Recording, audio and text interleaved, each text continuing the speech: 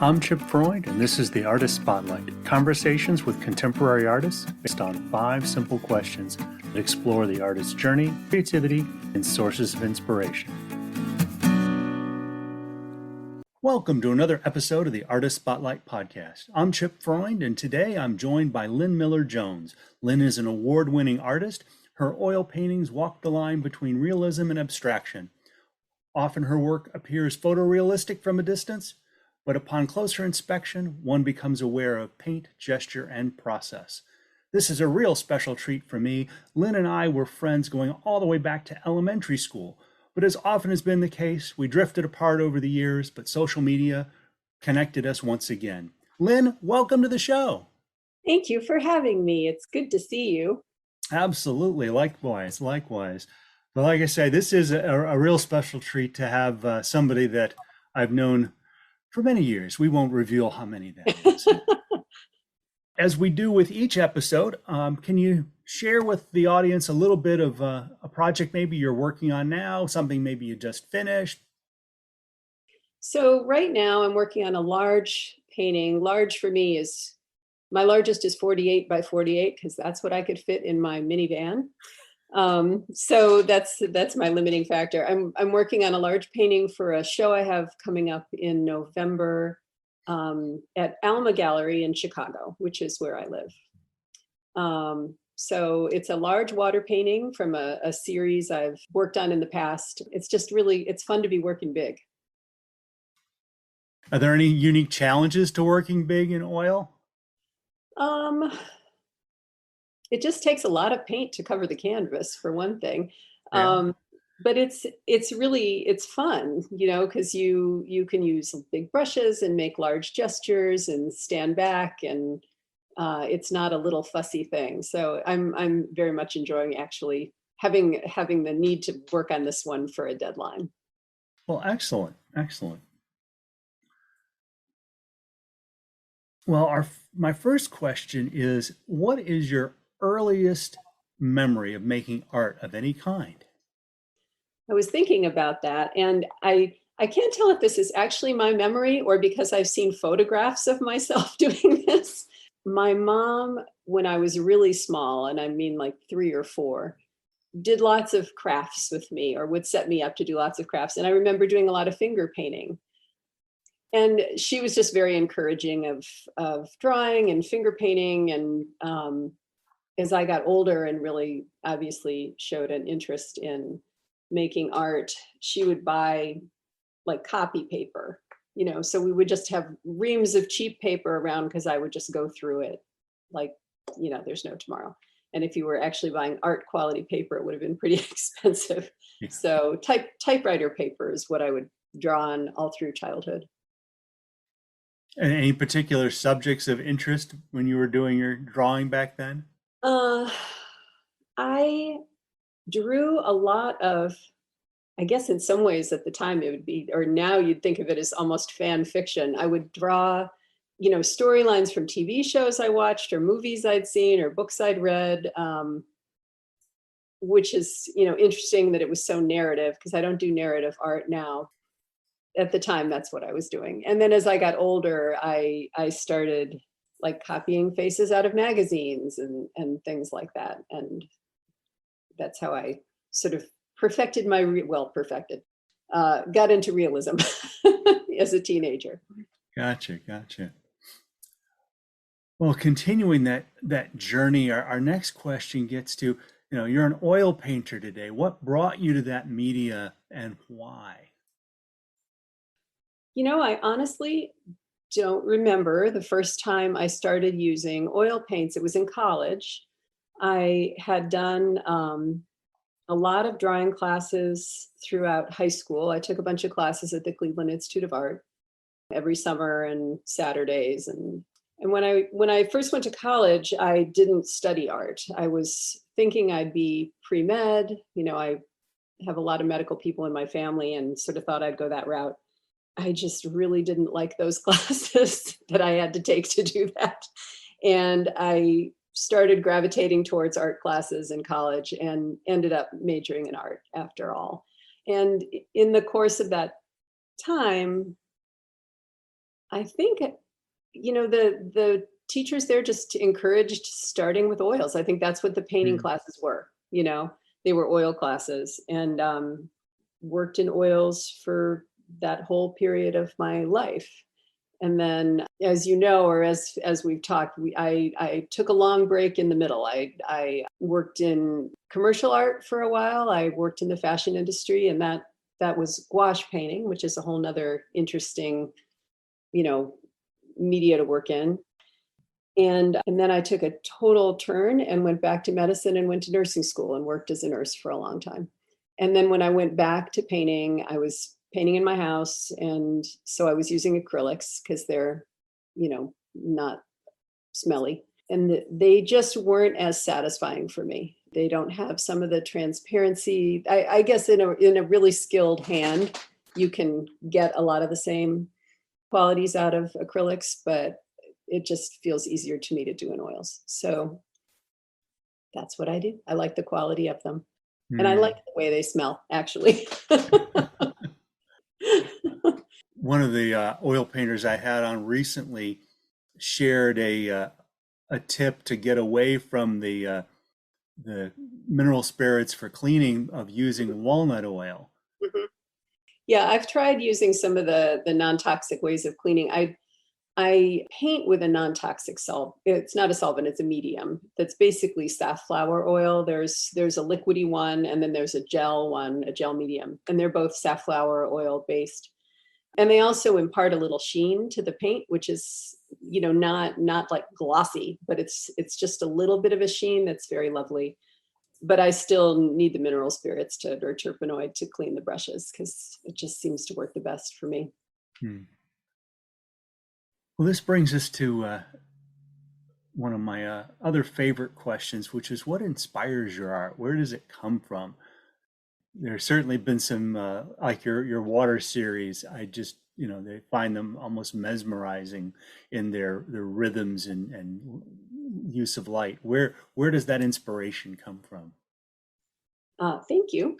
um, I had thought about that a lot because it's funny, when you make art, you kind of, and you may find this also, that you just you just do what you like, and then somebody asks you why you're doing that, and it's really sort of hard to figure out why you do it. It comes naturally to you, that way of looking at things. I think I have always looked for patterns, and patterns of light, patterns of shapes. And when I was in college and was doing figure drawing, I never just drew the figure. I'd draw like the woman's calf and the way the chair curved right there. I would choose a little tiny portion of it. And in doing that, I was sort of looking for the patterns and the darks and the lights, but also slightly abstracting the image. It wasn't, it was representational, but it wasn't a scene. And I guess that's sort of what I do. I don't look for an entire scene. I would never comfortably paint a landscape where there were mountains and a horizon line and things in the foreground. It just doesn't come naturally to me at all. I tend to like pull out some little piece of an image, and I find myself doing it all the time. And so that's what my paintings really are pulled out some little piece of something that I found beautiful or interesting. There was a pattern in the colors and the light. And I find water really interesting. I've been focusing a lot on water. I have a couple of other series, but a lot of my paintings right now are on water just because there's just this endless variation of the way water changes shapes and distorts them, and the way color across the surface of water is really unexpected. Even if you're painting very realistically, which I pretty much am, I'm painting from photos that I take myself. You get a very unexpected image. So yeah, that also tells you something about my process, that I have my phone with me all the time, and I'm always taking pictures. And I mean, to the point of like It rained and there's a puddle that's interesting. I'm just going to see if there's color across the surface of the puddle. And Well, that's one of the wonders of technology today is that we all have a decent camera in our pocket all the Mhm. time. I Yeah, can't tell you the number of times that as a professional photographic artist, I get people coming up to me, what kind of camera do you shoot with? What's the best camera? And they're expecting me to give them chapter and verse on a particular make and model. And my answer is to the best camera, it's the one you have with you. yeah, Because I don't care how fancy or wonderful it is, if it's not with you, it's not a good camera because you can't use it. yeah. You've So lost the moment. exactly. So to me, it's a wonderful thing that we all have the ability now to capture images anytime, any place, and the quality keeps getting better. Yeah, yeah. It's my excuse for updating my phone all the Yeah. time Yeah. because I need it for my work. Yeah. Well, and there are limitations because you can't put different lenses on your cell phone, although now they come with 3 or 4 lenses on them, but it's still not, the same as, a big lens.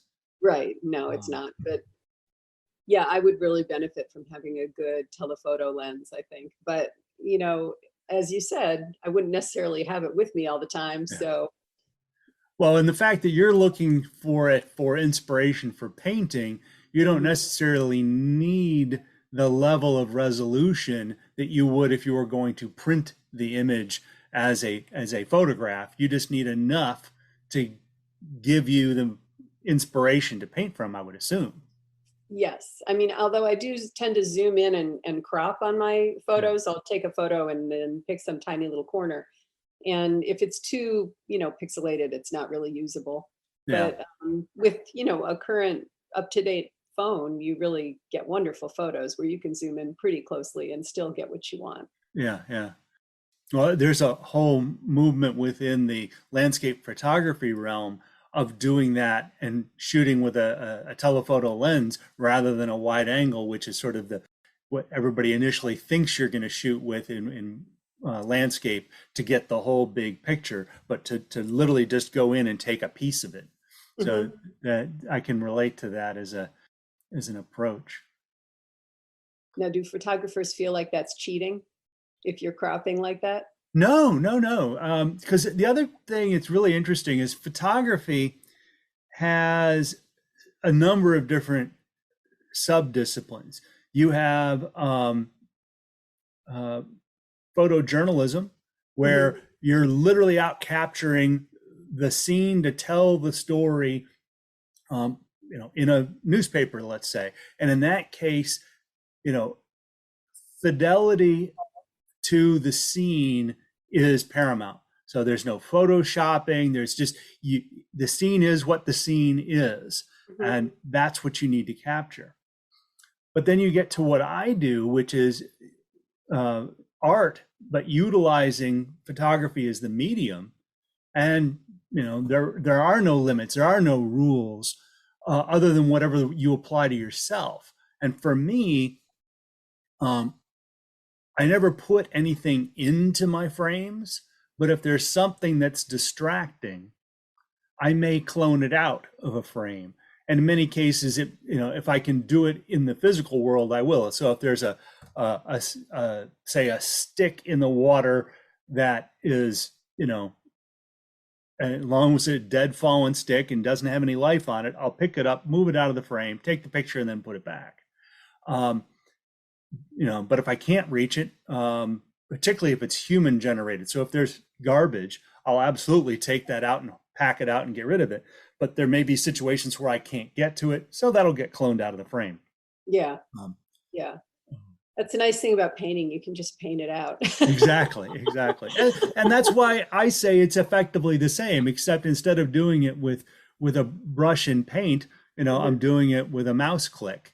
Yeah. Um, but yeah, as long as you're full disclosure in what you're doing, it's no different than any other media.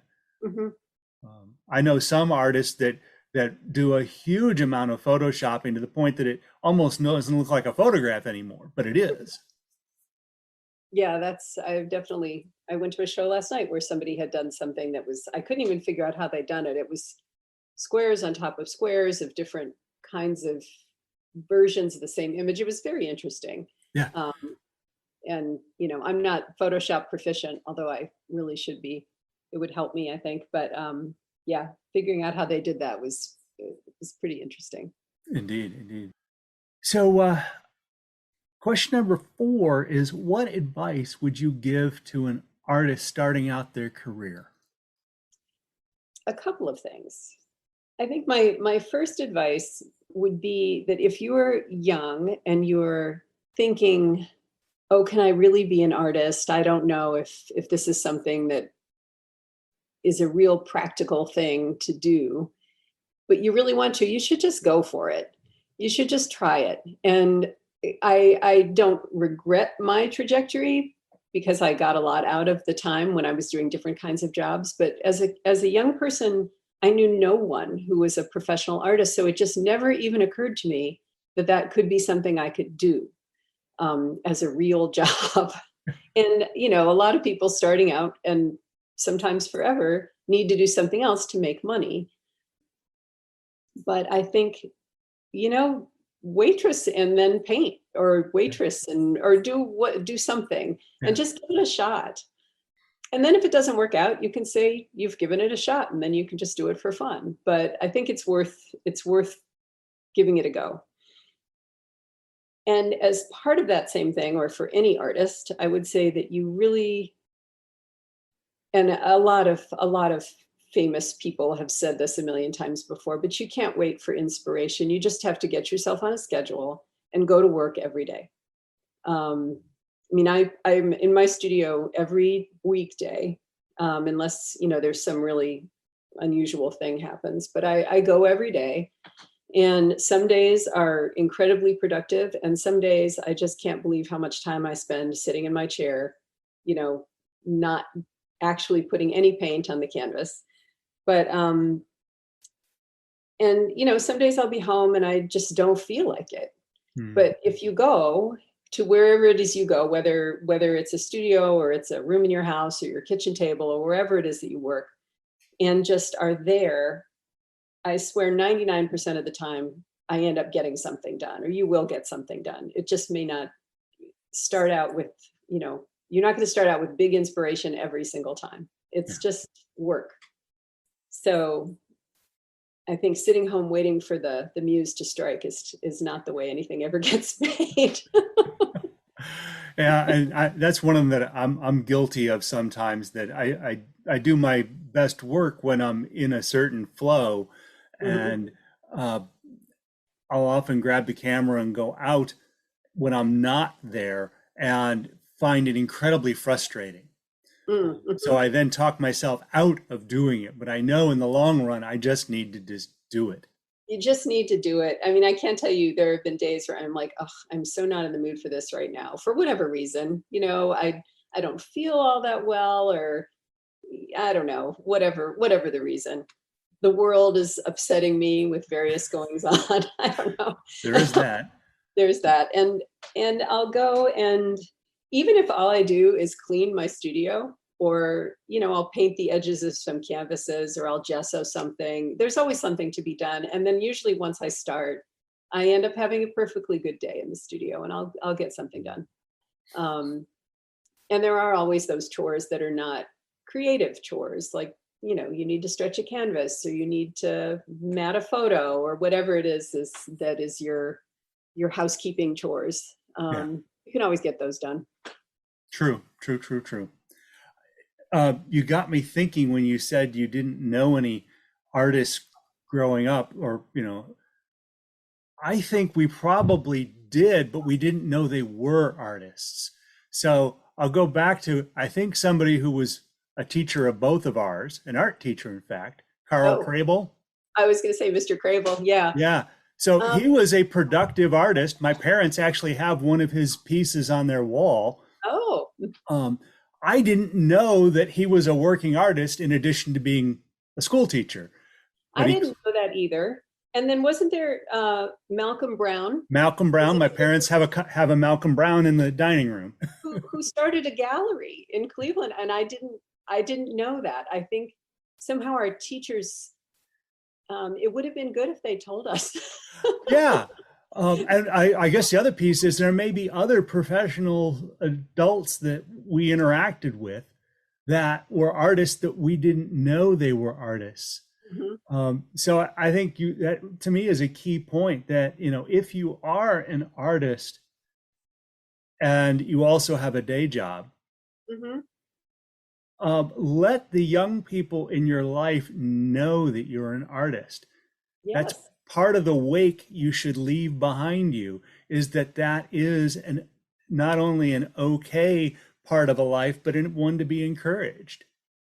Yeah. So people can, a high school kid or college kid could really envision what that could look like to do that for their living, or not necessarily for their only living, but as part of their artistic world.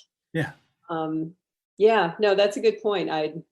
And those guys were both favorites of mine as teachers. I think sure.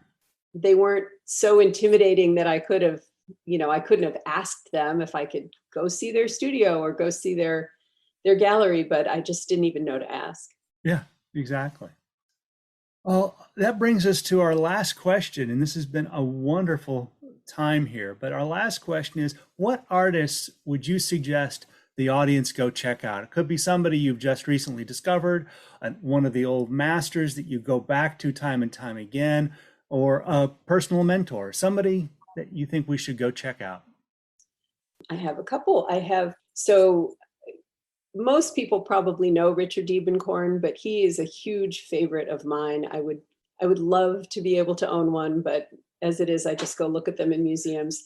They're they're just the layering of paint. They're just so beautiful, and I like the early ones that were figurative, but I like the later, Ocean Park series also, and the Berkeley series. And I think it's just the way he uses paint that I really really love. And then there are two contemporary artists. One is Alyssa Monks, who's a Brooklyn-based artist. I actually took a workshop class with her. I'm trying to remember how many years ago, not that many years ago. She teaches a workshop out of the New York Academy of Art. And her brush strokes are just the way she approaches a painting actually changed the way I was painting after doing this workshop. She really taught me a ton about working from photographs, and her use of paint's just wonderful. It just is so juicy and delicious the way she uses the paint. And then another artist I follow often and am inspired by is Casey Zavalia. She is a St. Louis artist, and she does portraits in embroidery. Hmm. And her work sort of inspired me to go off in that direction a little bit also. So I now have this little side project I'm doing where I've done needlepoint and knitting and crocheting and all sorts of, quilting and all sorts of handcraft stuff for a long time also. And I'm doing a needlepoint of one of my paintings. So I have the painting next to me and I'm working from it. And it was her paintings or her embroideries that sort of inspired me to just give that a shot. And they just blow your mind. They're really amazing. Oh, I look forward to checking that out. Yeah. Gets me thinking of an artist who I'd had on the show a while back, also originally from Cleveland, but Oh. now here in Raleigh, Caitlin Carey. Mhm. She does uh, fabric paintings, for lack of a better description. It's a mixture of needlepoint and quilting to piece together a representative image, uh, Mm-hmm.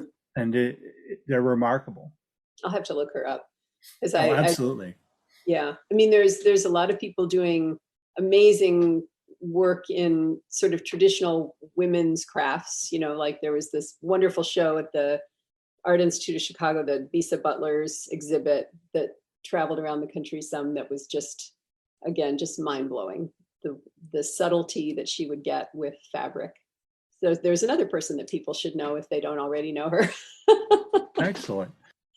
Oh, it's one of the wonderful things I've had about the show here is I didn't take any formal art in school, but I get all of these wonderful recommendations of artists to go check out from each of the artists I interview.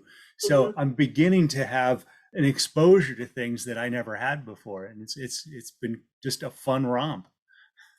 Yeah, once you start looking up all the recommendations, it sends you down that rabbit hole of, social media recommendations of people to look at. It's really interesting.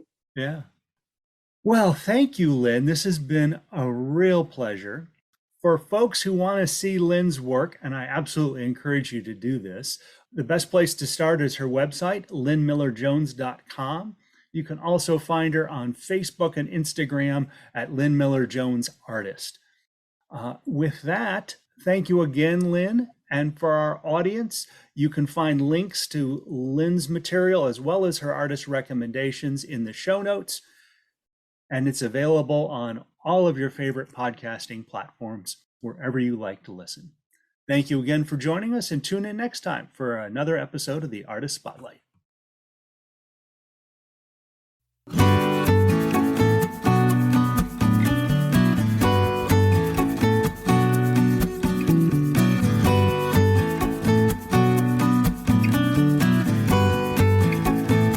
Thank you for joining us. This has been the Artist Spotlight with Chip Freund.